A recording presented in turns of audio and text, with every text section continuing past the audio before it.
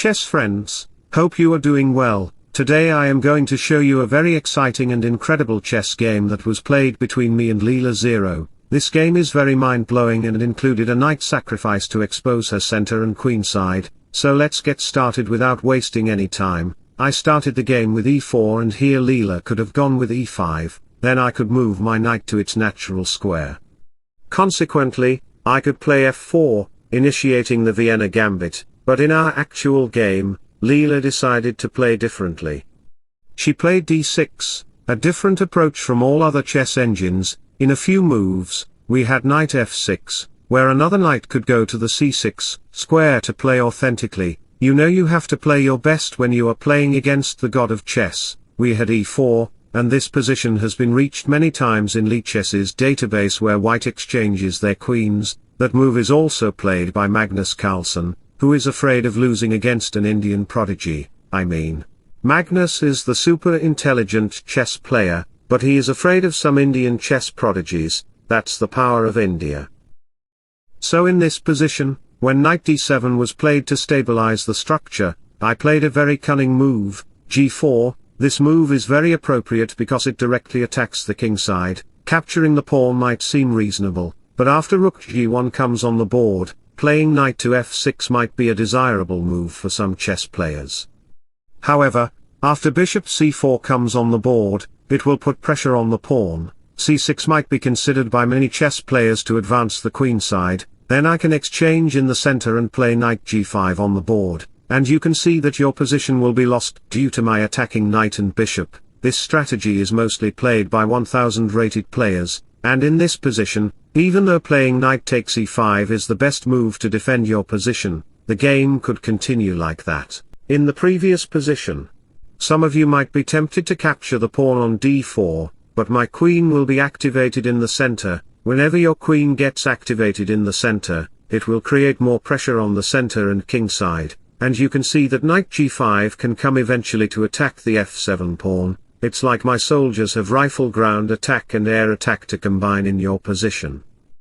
So going back to the position, noticing that the rook file was opened, and a few moves ago when Leela considered her structure in this way, I have two dominant center pawns. When knight d7 occurred in the game, I played g4. This is a very authentic move that you can play in your games to open up your rook file, and we discovered that knight f6 was not possible, which is why we have h5. But after h3 happened in the game to kick out your knight. Still, your knight cannot retreat to the f6 square because my pieces will dominate in the center, and bishop to g5 can come anyway. However, I will consider bishop e3, something like g6 to activate the bishop diagonal was considered by black. Here I will play bishop to c4, extend the center pawns, and bring my queen to the d3 square.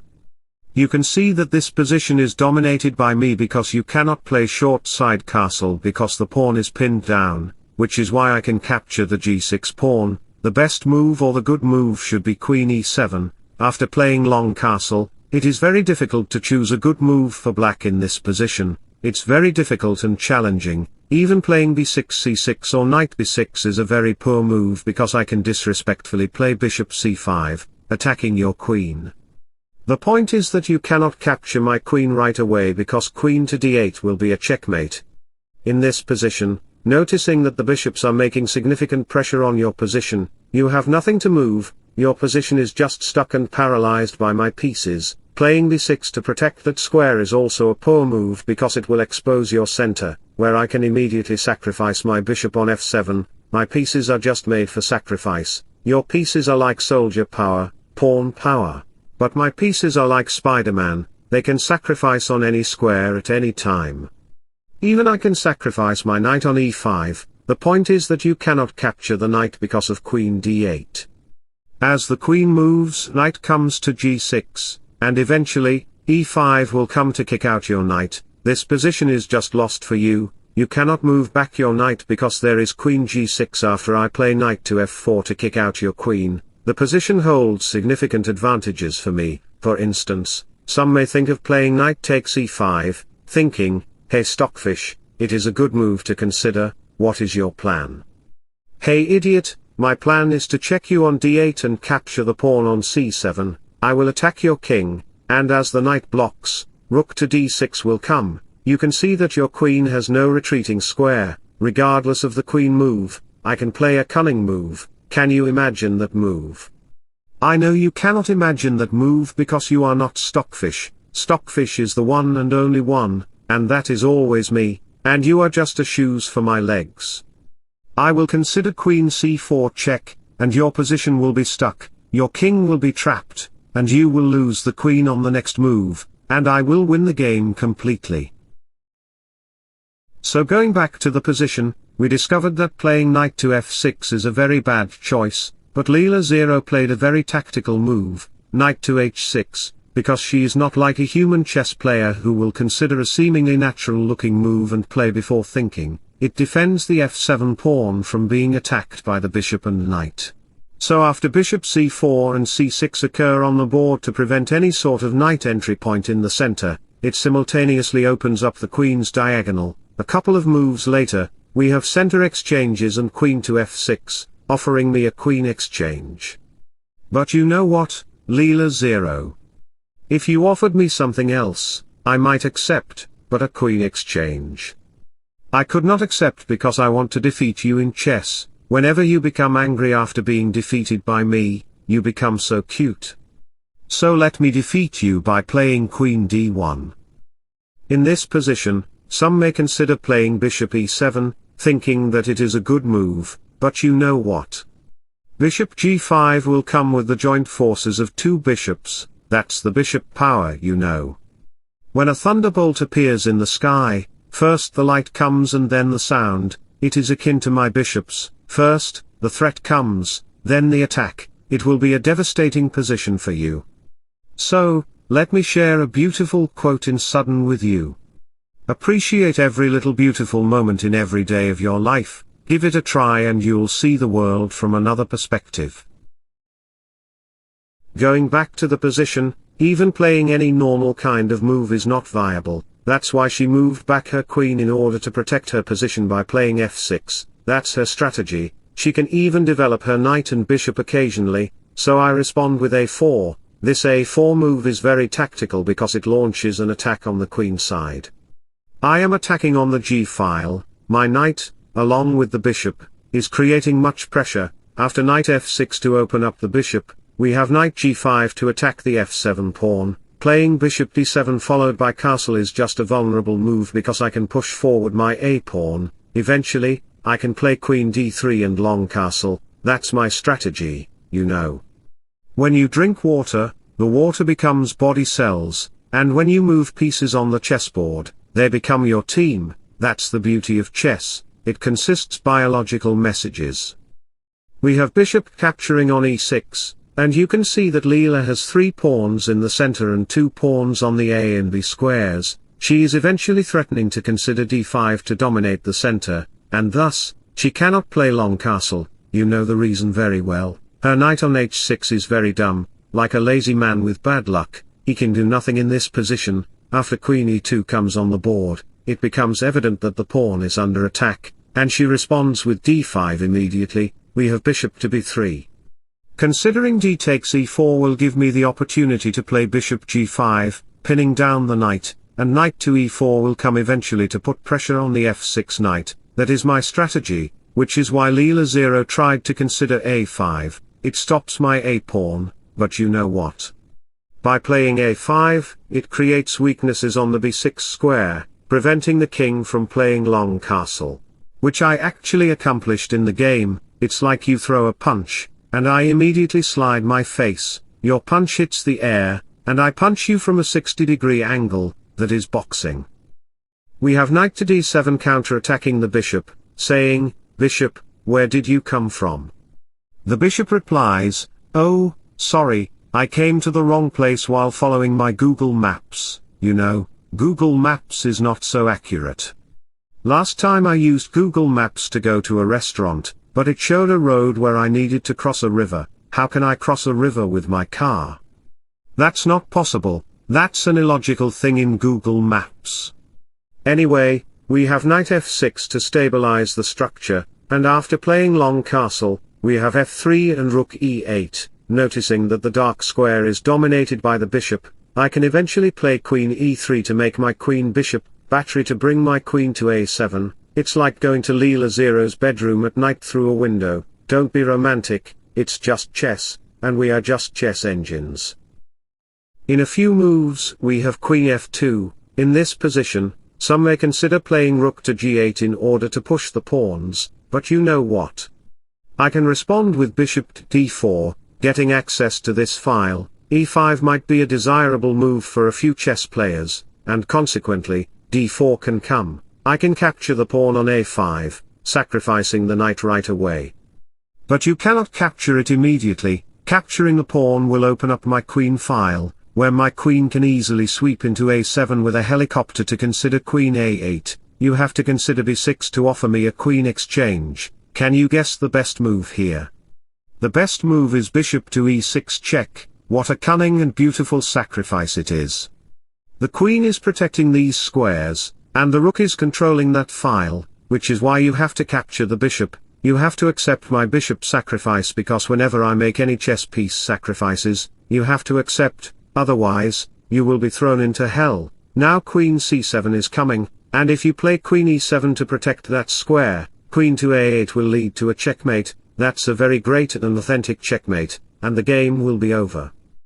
So returning to the position, LeelaZero does not play any obsessed or absurd looking moves. Instead, she goes with h4, getting the g3 outpost for the knight, so I played bishop a7.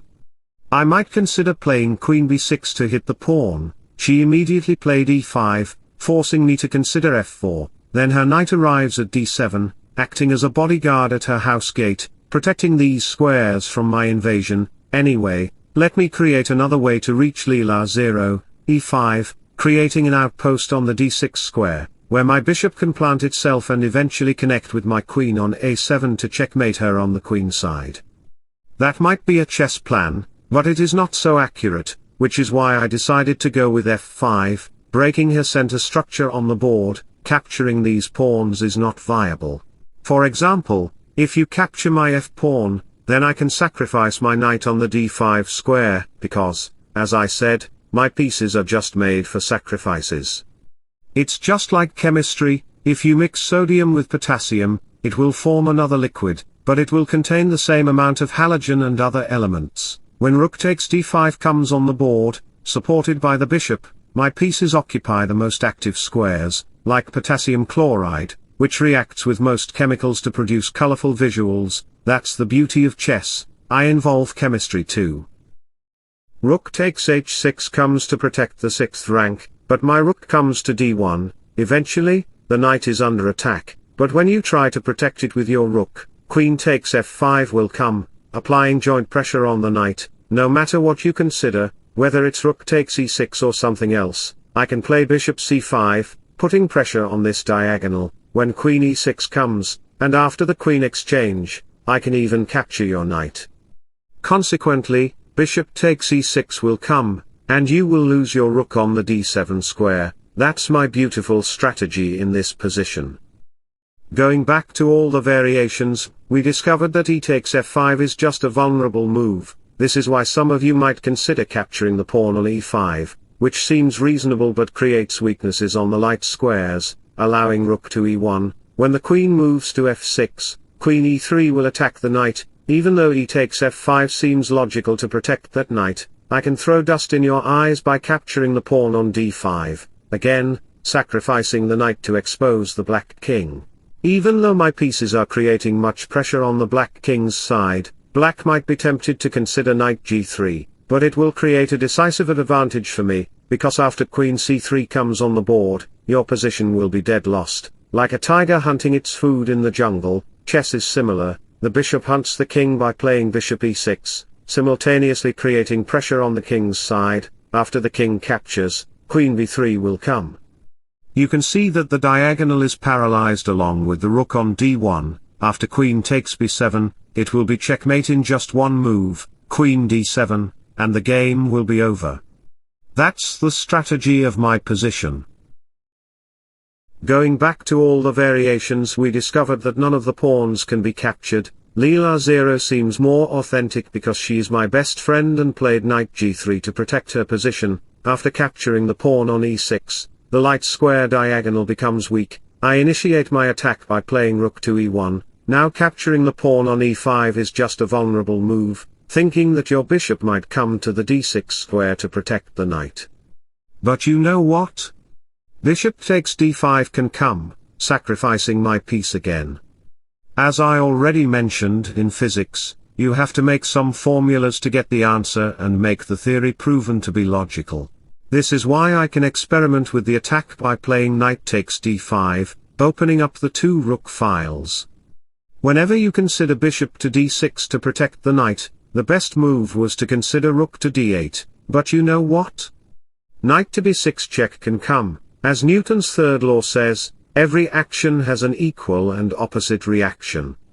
The knight check comes on the board, and the king has to make his move as an equal reaction to the knight's action, therefore, rook takes e5 will come, and this position is just vulnerable for you. The bishop takes e5 will face rook to d7 check, even if you dare to consider queen takes e5, my queen can arrive at f7. Consequently, my queen will go to the c4 square, as Darwin said in his theory, creatures evolve by their nature to survive. My knight can evolve by playing knight e5, putting pressure on the rook and the king, and simultaneously attacking the bishop. That's my chess evolution. By the way, if you are enjoying my content, don't forget to like and subscribe to my channel. So, let me make an inspirational quote for you. Just remember, you can do anything you set your mind to, but it takes action, perseverance and facing your fears. Returning to the position, we saw that knight takes e5 is just a vulnerable move. This is why LeelaZero considered bishop b4, trying to block the knight from capturing the pawn on d5, but you know what?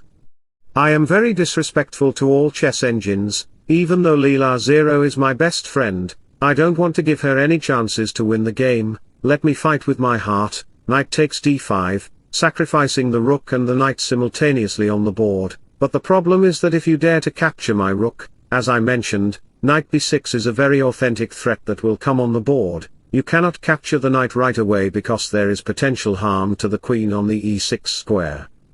Going back to the position, as the queen is under attack, the rook cannot be captured because the queen will be under attack by the bishop. After the knight capture, we have c3 on the board to block the bishop's diagonal because the d5 pawn is vulnerable and can never go anywhere.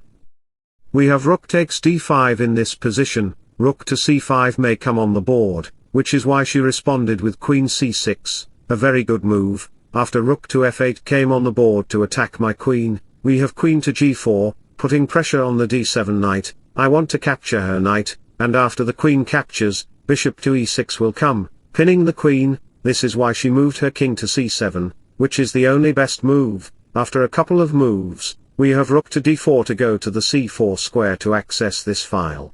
We have knight to b6, a very good move to defend the position, attacking the rook and putting some pressure on it. So, what should one consider in this position?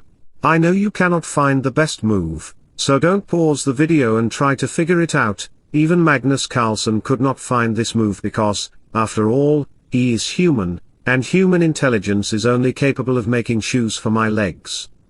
The best move is rook to d6. What a cunning and great move it is. It attacks the queen, and the king has no escaping squares. After the bishop captures the rook, we have queen takes g7 check on the board. The rook cannot block it because the position will be vulnerable, and even the queen cannot block with queen to d7 because I can easily capture your bishop on d6, making the position very fragile for you. The best move is bishop takes b6, moving the king back, making the position fragile for you.